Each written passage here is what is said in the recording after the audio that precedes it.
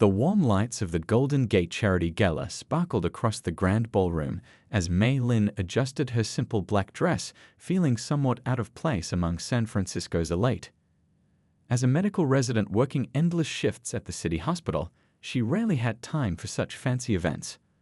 But her friend had insisted she needed a break from her hectic schedule, practically dragging her to this fundraiser for children's healthcare.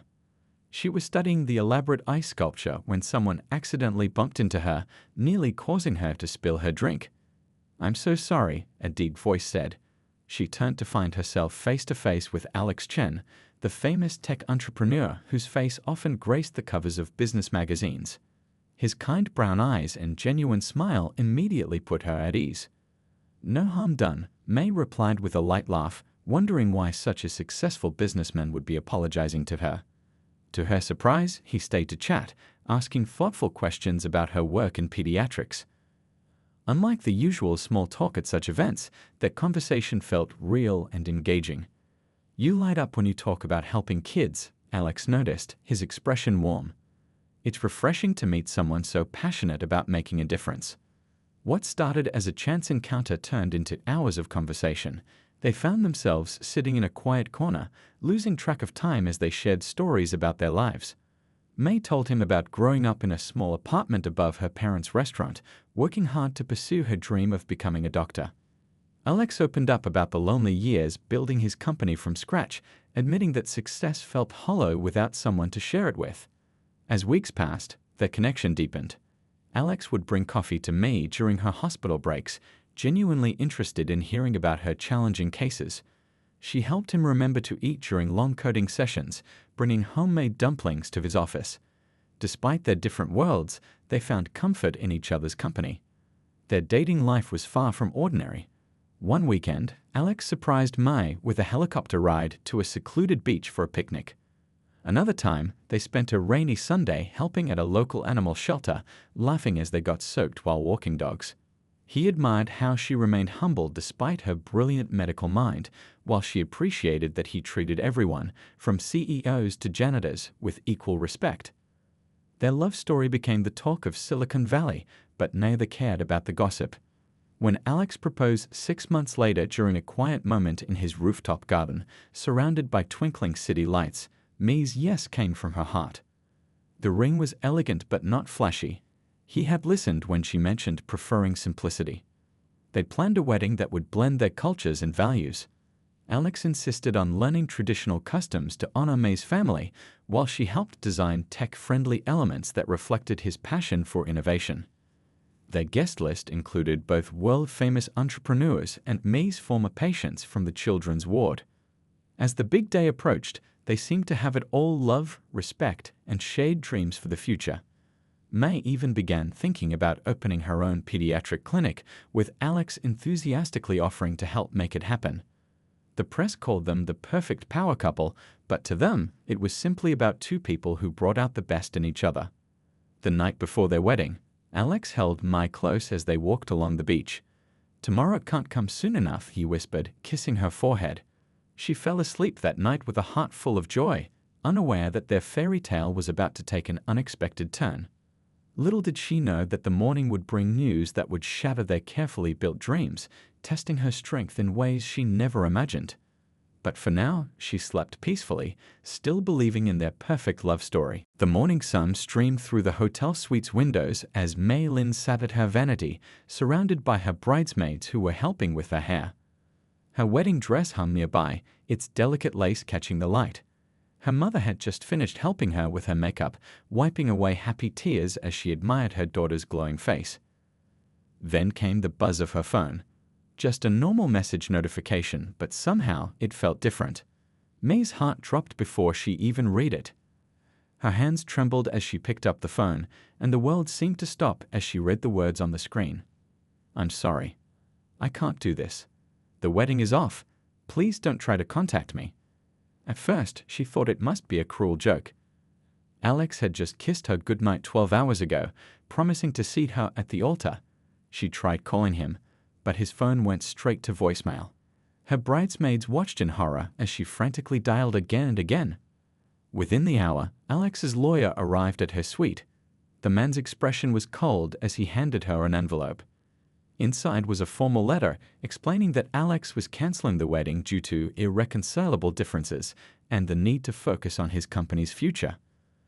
The lawyer mentioned something about an upcoming company merger, but May barely heard him through the roaring in her ears. 300 guests were already arriving at the vineyard venue. Her father, trying to hold back his own tears, had to announce to everyone that the wedding was cancelled. The whispers started immediately. Had the bride been left at the altar? Had the wealthy tech mogul found someone better? The shame and humiliation felt like physical pain. That evening, alone in her apartment, May discovered that Alex had already packed and moved out of their shared penthouse. Their photos were gone from his social media. It was as if their entire relationship had been erased in a matter of hours. The news exploded across the internet. Tech billionaire dumps Dr. Bride, read the headlines. Reporters camped outside her apartment and the hospital where she worked. Some articles suggested she had been a gold digger, others claimed Alex had reconnected with an ex. None of them knew the truth, because even May didn't know what had really happened. A week later, still reeling from the betrayal, May noticed something was different. The morning sickness hit her first, followed by a missed period. The pregnancy test results made her sink to her bathroom floor in disbelief.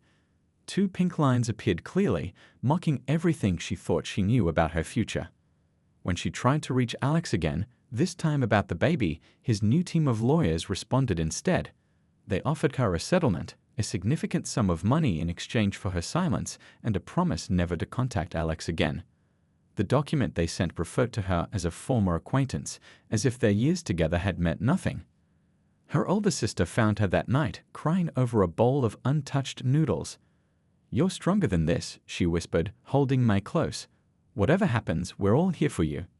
But May's world had turned upside down again when she visited her doctor for what she thought would be a routine first prenatal checkup. The ultrasound technician's eyes widened, and she called in another doctor. As they pointed at the screen, May's medical training kicked in. She could clearly see not 1, but 4 tiny heartbeats flickering on the monitor. That night, she sat by her window, watching the fog roll in over the San Francisco Bay. Her hand rested on her still flat stomach, where 4 tiny lives were growing. The thought of raising quadruplets alone was terrifying, but something in her spirit had hardened. She would not accept hush money. She would not hide in shame. As she packed her bags that night, May made a decision. She would leave this city of broken dreams behind. Her children deserved a fresh start, away from the shadow of their father's betrayal. She had no idea that this choice would set in motion events that would bring Alex back into her life in the most unexpected way. Years later, Boston's autumn air felt different from San Francisco's fog as May Lin wheeled her suitcase into her sister's cozy apartment. The morning sickness had gotten worse, but something about the East Coast's crisp weather made her feel like she could breathe again. Her sister Jun had already prepared the spare room, filling it with extra pillows and warm blankets. "The hospital where I'm working said they'd love to have you finish your residency with them," Jun said over steaming cups of ginger tea. "Nobody here knows about what happened." The way Jun carefully avoided mentioning Alex's name made Mai grateful for her sister's understanding. The next few months tested every ounce of May's strength. Managing a high-risk pregnancy with quadruplets while completing her medical residency meant endless appointments, careful monitoring, and constant exhaustion. Her fellow residents noticed her frequent breaks and occasional dashes to the bathroom, but they assumed it was just first-year stress. During her 20-week ultrasound, the technician pointed out 4 distinct profiles on the screen. 3 girls and a boy, she announced with a smile. Mai couldn't hold back her tears, happy ones this time.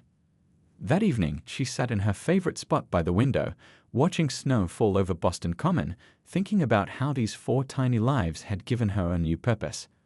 Her pregnancy became harder to hide as winter turned to spring. The hospital's chief of pediatrics, a kind-hearted woman who reminded May of her mother, called her into the office one day. Instead of judgment, she found understanding and support. The hospital adjusted her schedule, allowing her to complete her residency while ensuring the safety of her babies. News of quadruplets spread through the hospital staff, but not the story behind them.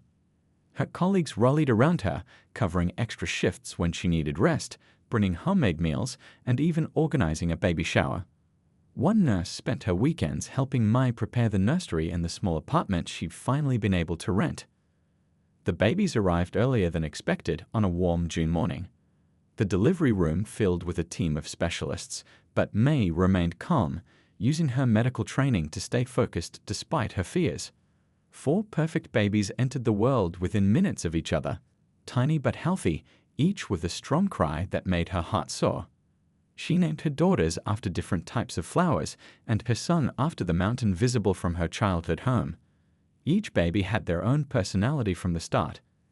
The eldest girl was observant and quiet, the second was always hungry, the third had her father's dimples but her determination, and her son had a peaceful nature that helped him sleep through his sister's cries. The first few months were a blur of feedings, diaper changes, and very little sleep. Jun moved in temporarily to help, and their mother flew in from California, bringing homemade bone broth and wisdom passed down through generations. Neighbors in their apartment building, touched by the sight of the young doctor managing 4 babies alone, created a meal train and babysitting schedule. As the babies grew, Mai discovered strengths she never knew she had. She developed a system for everything: color-coded onesies, feeding charts, and a precise morning routine that let her get everyone ready in under an hour. Her pediatric training helped her understand their needs, but it was her growing confidence as a mother that truly made the difference. 1 year after the baby's birth, Mai opened her own pediatric practice in a modest office near her apartment. She arranged the schedule around her children's needs, and her patients' parents understood when occasionally a baby monitor sat quietly on her desk. Her practice grew quickly. Other parents trusted a doctor who understood their worries firsthand. The quintuplets became local celebrities in their neighborhood. Morning walks with the 4-seat stroller always drew smiles and waves. Regular visitors to the local park knew them by name, and the barista at the corner coffee shop kept a special supply of baby biscuits just for them. Life wasn't perfect. There were moments when the weight of single parenthood felt overwhelming, times when she caught herself wondering if Alex ever thought about what he'd left behind. But watching her children grow, seeing their personalities develop, and building a successful practice gave her a different kind of happiness than she ever imagined. 5 years had passed in Boston, and autumn had painted the public garden in beautiful shades of red and gold. It was a perfect Saturday morning, and Mai Lin watched proudly as her quadruplets played near the duck pond. Her eldest daughter was carefully feeding the ducks, while her son helped his younger sister balance on a low wall. The middle daughter, always the adventurous one, was trying to catch falling leaves. Mai had mastered the art of keeping all 4 within sight while appearing relaxed on her favorite bench. Today, they wore matching blue jackets she'd found on sale, making it easier to spot them in the crowded park. Their little faces had grown more defined over the years, each showing a perfect blend of her features and those she tried not to think about. At the other end of the park, Alex Chen stepped out of his luxury car, adjusting his designer coat against the Boston chill. He was in town for TechCon, where he'd be announcing his company's latest breakthrough. The conference didn't start for a few hours, and his assistant had recommended this park for a morning walk to clear his head. The past 5 years had brought him even greater success. His company had revolutionized artificial intelligence, making him one of the youngest billionaires in tech history. Yet something felt empty about his achievements. The ring he'd never given back to the jeweler stayed locked in his office desk, a reminder of what he'd thrown away. As he walked along the tree-lined path, the sound of children's laughter caught his attention. He'd always liked watching families in parks. It reminded him of his own childhood dreams of having kids someday. A group of young children played near the pond, their matching blue jackets making them look like little ducklings themselves. Then he froze mid-step. The little girl feeding the ducks turned to call to someone, and Alex felt like he was looking at a photo of his own sister from childhood. The same eyes, the same dimpled smile. His gaze darted to the other children, 1 boy and 2 more girls, all around the same age, all wearing the same jackets. His heart started racing as he spotted their mother on the nearby bench. Even after 5 years, he'd know her anywhere. Mai looked exactly the same, perhaps even more beautiful, her hair shorter now, but her gentle smile unchanged as she watched the children play. 4 children, all around 5 years old. His mind raced with calculations he didn't want to face. The little boy had his mother's exact nose, but his eyes, those were undeniably the same ones Alex saw in the mirror every morning. One of the girls made a familiar gesture with her hand as she talked, something his mother always said was a family trait. He gripped a nearby tree for support, his legs suddenly weak. Memories flooded back. The morning he'd sent that text, the lawyers he'd let handle everything, the board members who'd convinced him that marriage would tank the company's upcoming merger. He'd chosen his company over love, but he'd never known, had never imagined. One of the girls spotted him staring and whispered something to May. She looked up, and their eyes met across the distance. The color drained from her face as she quickly gathered the children, her movements calm but purposeful. Within minutes, they had disappeared down a side path, leaving Alex rooted to the spot, his world completely shattered for the second time in his life. Back in his hotel room, he couldn't focus on his conference notes. He kept seeing those little faces, counting their ages, remembering the timing. His hands shook as he called his lawyer, not caring that it was Saturday. "I need everything you can find about Dr. Mylin's children," he said, his voice rough with emotion. I need to know the truth." As his team began their investigation, Alex stepped by his hotel window, watching the same trees where his possible children had played just hours before. The guilt he buried 5 years ago rose up like a tidal wave.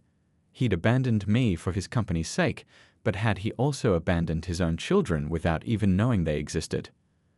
The weight of his past decisions pressed down on him like a physical force. The merger that had seemed so important 5 years ago now felt meaningless compared to what he might have lost. As night fell over Boston, Alex Chen, the man who had everything, realized he might have missed out on what mattered most, watching 4 beautiful children grow up, hearing their first words, seeing their first steps.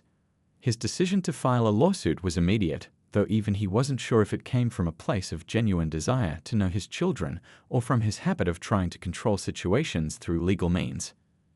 Either way, he knew one thing for certain: his life would never be the same after this chance encounter in a Boston park. The envelope arrived at May's clinic on a Tuesday morning, its legal letterhead making her stomach drop. Inside was a formal notice. Alex Chen was suing for parental rights. Her hands trembled as she read through the carefully worded document, each paragraph feeling like a fresh betrayal.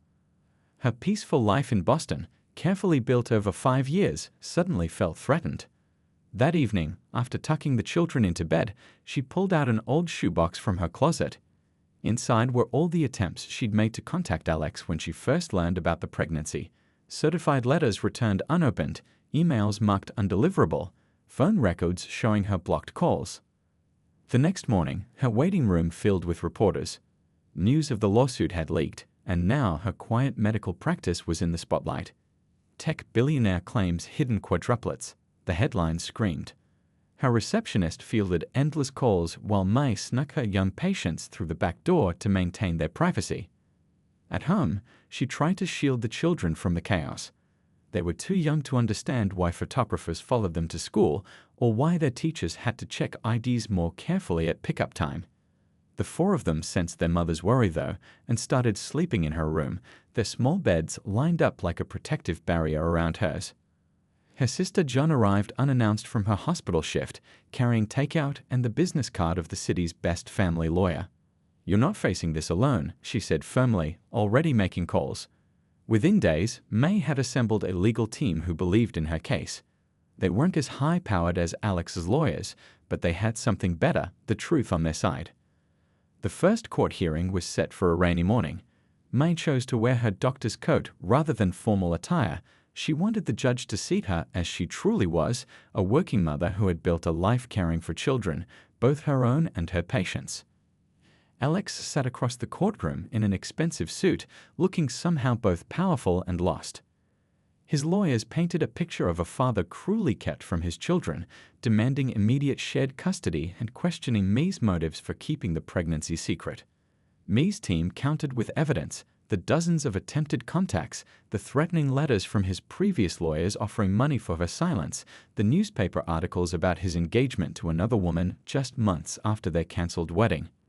During a break in proceedings, May found herself alone with Alex in a courthouse hallway. For the first time in 5 years, they stood face to face. "Why now?" she asked quietly. "You made your choice very clear 5 years ago." His answer surprised her. He spoke of regret, of seeing their children in the park and realizing what he'd thrown away. But was regret enough to make up for 5 years of absence? Back in the courtroom, the judge listened carefully to both sides. When May's lawyer presented records of Alex's company board meetings from 5 years ago, the atmosphere shifted. Documents revealed how the board had pressured Alex to end the relationship, threatening to replace him as CEO if he married someone they considered unsuitable for their company's image. Alex's face showed genuine shock at these revelations. Apparently, his board had done more behind the scenes than even he had known. The judge called both legal teams to her chambers, leaving May and Alex sitting in the heavy silence of the courtroom. The children's drawings decorated May's folder, routine artwork from kindergarten showing their family of 5, 4 small stick figures holding hands with one taller one. Looking at them, she remembered every first step, every fever, every midnight comfort she provided alone. How could anyone measure that against corporate documents and legal claims? Outside the courthouse, supporters gathered with signs, mostly parents from May's medical practice, standing quietly in the rain. They knew her as the doctor who made house calls when their children were too sick to travel, who answered worried texts late at night, who understood their fears because she lived them too. The media circus grew larger each day, but something unexpected was happening. As more details emerged, public opinion began shifting. People saw beyond the sensational headlines to the real story. A mother who had protected and raised her children while building a career helping others versus a corporate world that had once deemed her unworthy of their image. As the first week of hearings ended, May sat in her quiet office after hours, looking at a recent photo of her children. They were laughing at the camera, showcasing missing teeth and untamed hair, perfect in their imperfection. Whatever happened in court, she knew one thing for certain. These past 5 years of love and dedication couldn't be erased by legal papers or corporate decisions. As the legal battle entered its second week, an unexpected email arrived in May's inbox. The sender was a former secretary at Alex's company, someone who had worked there during their engagement. "I can't stay quiet anymore," the message read. "I have information you need to know." They met at a small coffee shop far from the courthouse. The former secretary, now retired, pulled out a thick folder of old documents. Her hands shook slightly as she explained how she'd kept copies of everything, knowing someday the truth would need to come out. Inside were emails between board members discussing May, calling her a liability to the company's image. They'd worried that having a CEO married to a doctor from a humble background would scare away their conservative investors. There were detailed plans to pressure Alex into ending the relationship, including threats to remove him from his own company. But the most shocking revelation came in the form of forwarded emails. Every message May had sent trying to tell Alex about the pregnancy had been intercepted and deleted by his chief of operations. The board had created a careful wall between them, feeding Alex lies about May moving on, while simultaneously threatening her with legal action if she persisted in trying to contact him. When May's lawyers presented this evidence in court, the room fell silent. Alex, sitting at his table, looked physically ill as he read through the documents. His own trusted board members had manipulated him, played on his fears of losing the company he built, and kept him from knowing about his children. During the lunch break, Alex found May in the courthouse garden. "I never saw any of your messages," he said, his voice breaking. "They told me you'd taken the settlement money and moved away.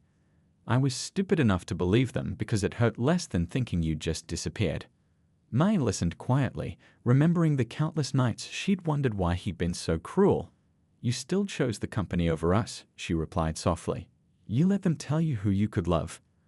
The afternoon session brought more revelations. Alex's former vice president cracked under questioning, admitting to a larger scheme.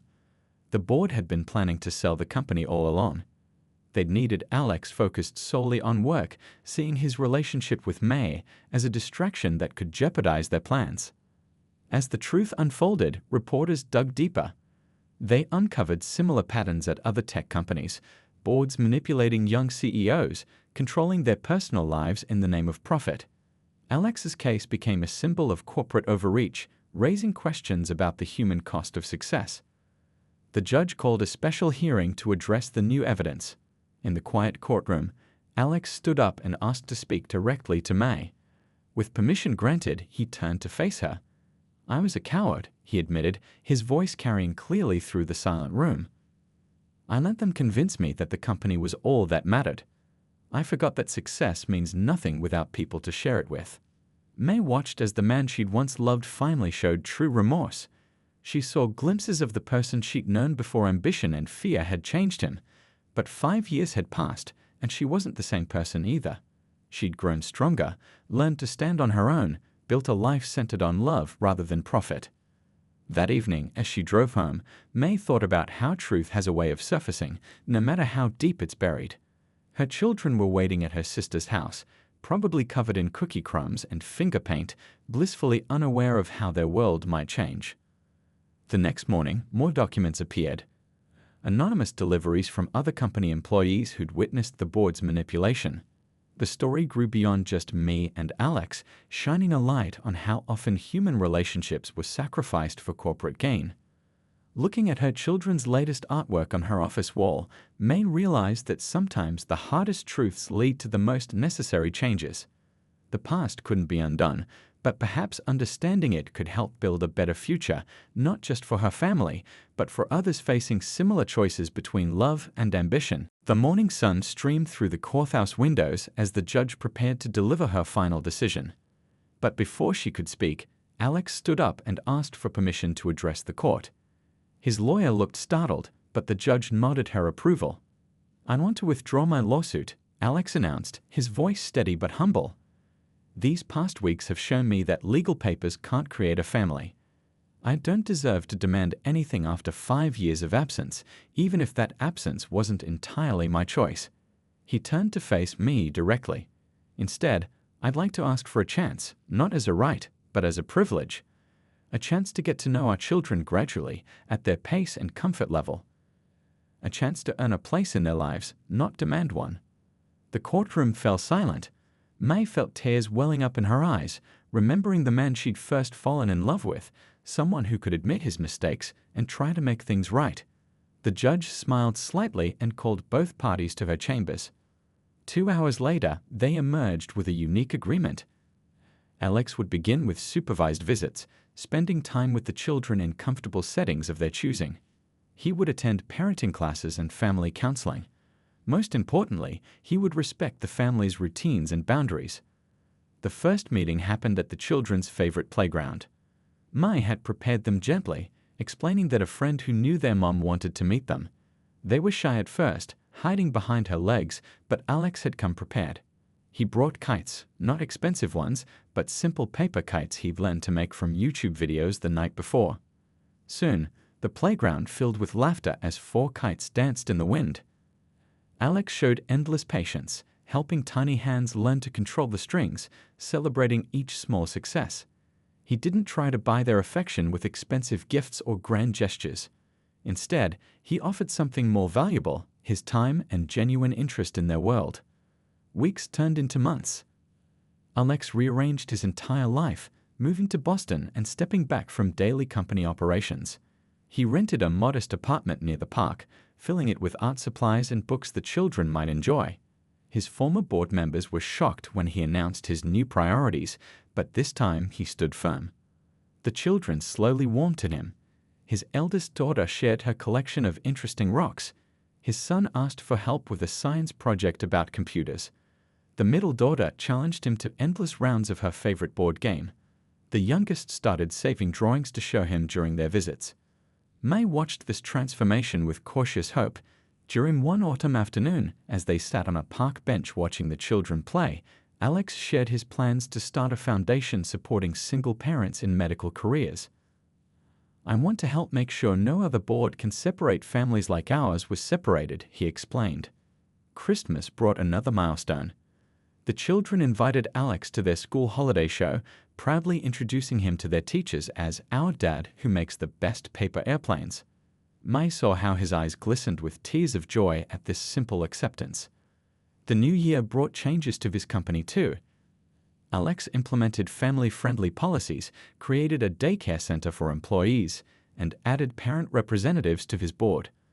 The business world criticized him for going soft, but his employees' loyalty and productivity proved him right. One spring morning, almost a year after the park encounter that started everything, May found her eldest daughter looking at old photo albums. "Mom," she asked, "why do you and Dad look so happy in these old pictures?" It was the first time any of the children had asked about the past. That evening, May and Alex sat down with the children and shared their story, a simplified version about two people who loved each other but let others come between them, and about finding their way back to what really mattered. The children listened with surprising understanding, their young hearts open to forgiveness.